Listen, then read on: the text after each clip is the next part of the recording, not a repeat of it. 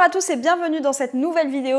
Il est 18 h et on se retrouve jusqu'au 3 octobre tous les jours sur ma chaîne YouTube à la même heure. Je m'appelle Alissa, mentor en confiance en soi et à travers mon contenu, je te donne des conseils et des actions pratiques à mettre en place au quotidien afin que tu comprennes d'où vient ton mal-être, afin que tu puisses être en phase avec tes ambitions et tes envies de vie et tout ça en menant une vie saine. Nous sommes aujourd'hui avec le témoignage de Fanny. Fanny, je te remercie personnellement puisque on se connaît depuis le collège, donc ça me fait très plaisir, très chaud au cœur de recevoir tes mots, MAUX et MOTS toujours, parce que voilà, c'est un premier pas que tu fais vers toi-même, j'espère que tu en es consciente et j'espère que cette vidéo pourra t'aider et t'éclairer un petit peu sur toi-même. Je dirais que je pense que j'ai jamais connu, durant toute ma vie, durant mes 25 ans, d'avoir de la confiance en moi. J'aimerais savoir ce que c'est d'avoir confiance en soi. Alors je dirais que j'ai pas confiance en moi. Je pense que ça remonte depuis le primaire, enfin depuis que je suis enfant, parce que déjà je suis quelqu'un qui a toujours été qui a toujours eu des formes, qui a toujours été en surpoids.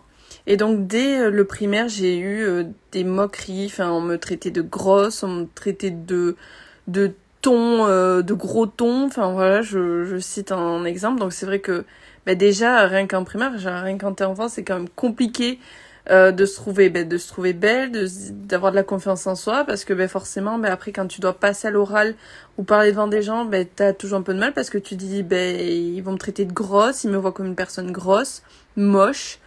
Donc déjà rien que là, en étant enfant, c'est déjà compliqué. Je trouve ça tellement violent à quel point les enfants à cet âge-là peuvent être durs, mais en fait c'est juste qu'on n'a pas de filtre. Et peut-être qu'on reproduit ce qu'on voit à la maison, donc peut-être que l'éducation est à revoir, pas la tienne mais celle des autres. Fanny ne m'a pas parlé de son environnement familial, je ne connais pas assez cette personne pour savoir comment c'était à la maison, donc peut-être que c'est quelque chose qui pourrait nous éclairer sur son rapport au corps, sur son rapport à la vie des autres. Ça pourrait être intéressant de creuser là-dedans. Qu'est-ce que te répondaient tes parents quand tu leur racontais que tu te faisais insulter à l'école ou au collège? Est-ce que déjà tu en parlais? Est-ce que tu te sentais accueilli dans tes émotions, dans tes paroles? Et voilà, quelle était la réponse de tes parents ou de ton entourage face à ces moqueries-là? Ça peut être intéressant d'aller creuser là-dedans. Il y a certaines personnes qui sont moquées et pourtant ne sont absolument pas touchées par les critiques. Donc, si tu es touché par les critiques, c'est qu'il y a une explication. Après, encore une fois, on est le reflet de ce qu'on a vécu, mais on est aussi une essence par nous-mêmes. Donc peut-être que simplement, voilà, ça vient de toi à toi et que t'as pas envie d'être moqué et que ça te touche. Mais il peut y avoir une explication dans ton passé. Ça peut être intéressant de creuser. À cause de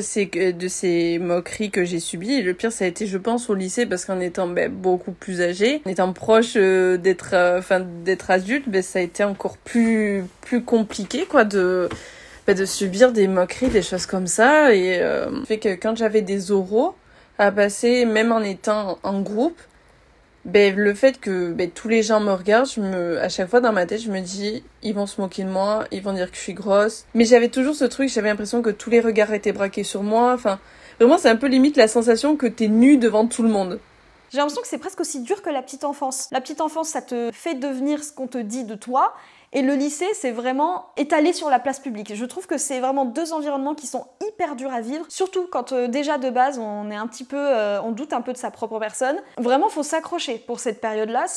Enfin, franchement, moi, je suis vraiment assez choquée de son témoignage, du fait que voilà, il y avait vraiment des gens qui sans vergogne aucune d'être méchants premier degré, quoi. Enfin, bref. Dites-vous surtout que ces personnes populaires, enfin, même les gens qui sont méchants, c'est qu'ils ont un mal-être profond. Parce que toi, malheureusement, t'as vécu des critiques et tout ça, mais tu n'es jamais devenu quelqu'un de mauvais. Tu n'es jamais devenu quelqu'un de méchant. Tu t'es pas nourri de cette méchanceté pour la renvoyer aux autres et pour être mauvaise. Quand, par exemple, je devais aller faire mes courses toute seule, je mettais de la musique pour vraiment être dans ma bulle, mais j'avais toujours cette impression que tout le monde me regardait, que j'étais le centre du monde et que tout le monde allait se moquer de moi. Enfin, vraiment, c'est horrible. Enfin, là, j'en parle, mais ça, je me rends compte, c'est horrible parce que quand je dois aller à un rendez-vous et que, par exemple, je marche dans la rue, c'est pareil, j'ai la même sensation. Ce qui fait que je suis stressée, en fait.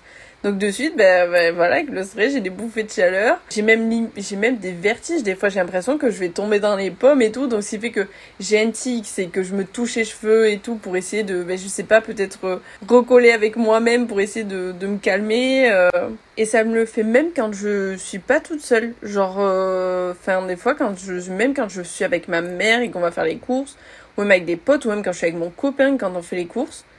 Et j'ai toujours cette sensation, même des fois quand je vais au restaurant avec d'autres personnes, j'ai la même sensation. Enfin, je veux dire, j'ai l'impression que tout le monde me regarde, tout le monde va me juger, donc je n'accepte pas mon corps ou que je ne l'apprécie pas, ben, c'est pour ça que ça continue. Ici, c'est un sujet qui, malheureusement, m'intéresse tout particulièrement. J'ai pas envie de dire que je le comprends parce qu'en fait, pour moi, dans le mot compréhension, il y a sincèrement la capacité à recevoir l'émotion et à l'intégrer parce qu'on l'a vécu. J'ai jamais vécu ce qu'a vécu Fanny, donc je n'aurais pas la prétention de dire que je comprends ses émotions et son ressenti parce que c'est pas vrai. Je ne peux pas comprendre et je ne peux pas m'attribuer ce qu'elle ressent. Tout ce que je peux dire, c'est ce que j'en analyse. Finalement, la première chose dans ta vie avec les autres, dans ton intersubjectivité, on t'a attaqué sur ton physique. Je pense que ce qui a pu se passer, c'est que malgré le fait qu'aujourd'hui tu n'aimes pas ton corps, parce que tu me l'as dit, ces moqueries-là t'ont blessé, je pense qu'en fait, dès le départ, tu t'es conformé à ce qu'on t'a dit que tu étais.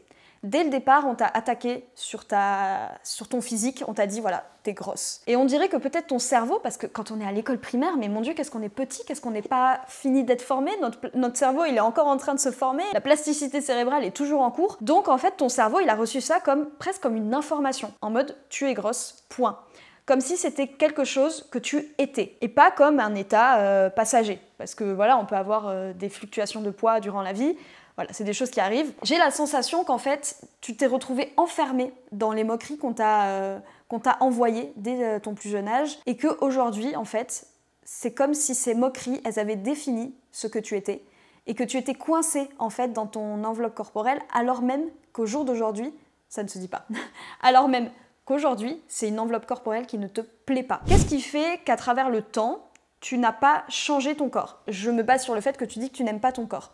Qu'est-ce qui fait qu'aujourd'hui, tu ne fais pas ce qu'il faut ou tu n'y arrives pas? Est-ce que c'est parce que tu es dans une forme de trouble du comportement alimentaire? Est-ce que c'est parce que, en fait, tu n'en as pas envie? Et est-ce que tu n'aimes vraiment pas ton corps? Ou est-ce que tu l'aimes pas parce que c'est la première chose sur laquelle on t'a attaqué? Je pense que ça peut être intéressant de se poser vraiment la question. Est-ce que tu ne sais pas comment t'y prendre, peut-être tout simplement? Parce que c'est quand même une mécanique assez compliquée de comprendre cette balance énergétique et tout ça. C'est un monde auquel je commence à me familiariser, mais qui est assez difficile d'accès, de comprendre tous les petits rouages. Je peux vous conseiller un compte Instagram d'ailleurs qui commence à parler un petit peu de tout ça. Je vous le mets juste ici. C'est Jamie qui fait des vidéos sur les macronutriments, les balances énergétiques, les préjugés sur la nourriture. Il vulgarise beaucoup la nourriture et je pense que ça peut être intéressant de regarder quelqu'un de notre âge qui parle de ça. Ça fait peut-être un peu moins peur qu'une diététicienne ou que sais-je. D'ailleurs, est-ce que tu as déjà été voir une diététicienne? Peut-être que tu as vécu un truc un peu bizarre avec une diététicienne ou tu as eu des régimes hyper restrictifs. Peut-être que c'est des choses auxquelles tu peux me répondre en privé, qu'on pourrait faire une vidéo pour la suite et voir comment les choses peuvent évoluer. Toujours est-il que dans ton histoire, j'ai l'impression, je dis pas que ça te va, hein, mais j'ai l'impression que tu te conformes aux critiques qu'on te fait parce que dès le départ, c'est les premières choses sur lesquelles on t'a attaqué. Donc c'est ce qui t'a défini au regard des autres. Malheureusement, notre cerveau, il a tendance à retenir, il fallait qu'il choisisse un côté, positif ou négatif, et bien malheureusement, il nous plonge toujours vers le négatif. C'est pour ça que c'est beaucoup plus simple de tomber en dépression que de s'en relever, parce qu'en fait, notre cerveau est fait pour aller vers le négatif.